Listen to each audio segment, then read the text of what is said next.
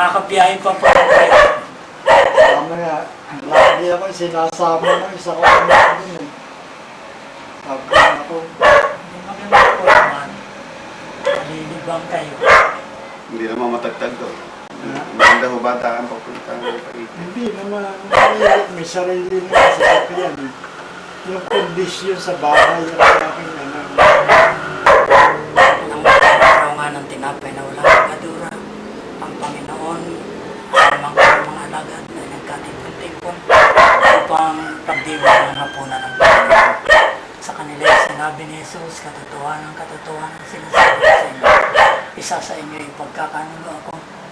Mga alagad na nagalaw na sa isang tanong sa kanya na kapag ako ng Panginoon, balit ang wika ng Panginoon yung kasabay kong idampot sa mangkok ng tinapay, ang kamay ay siyang magkakanulo sa anak ng tao.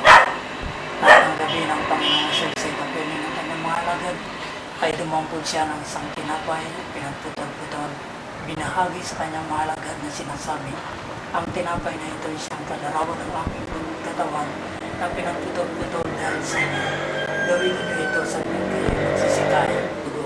Gawin ninyo ito sa kayo magsisinom sa pag-aalala sa akin.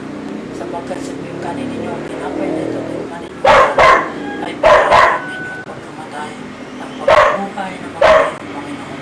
Nagpad siya sa atin ng tao sa sarili sa kumain at uminom sapagkat ang kumakain at uminom ay kumakain at uminom mga sa kanyang sarili kung hindi niya kinikilala ang pagkamatay at pagkabuhay na magaling ng Panginoon. Ay pinanalangin ni Diyos na ito muli ang pinapay na asawa na ito na tinataas ng iyong anak upang sa iyo ipagpasalamat. Nais po namin ay yung bendisyonan at pagpalayo upang sa pagtulong ni tatay ay malaman niya ang kaalagaan nito sa kanyang buhay. Kalooban mo siya Panginoon ng kapatawaran sa kanyang mga pagkakasal at pagkukulang pagkalooban.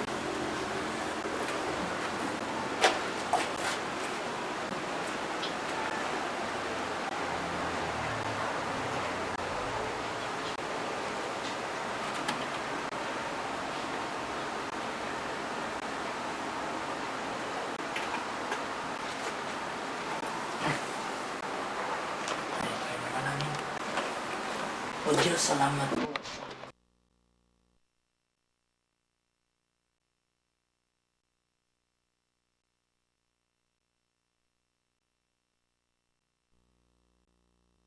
Ang lugar ng bago nito sa aming buhay bilang isang mananampalataya. Pagpagaling mo, Panginoon, sa tatay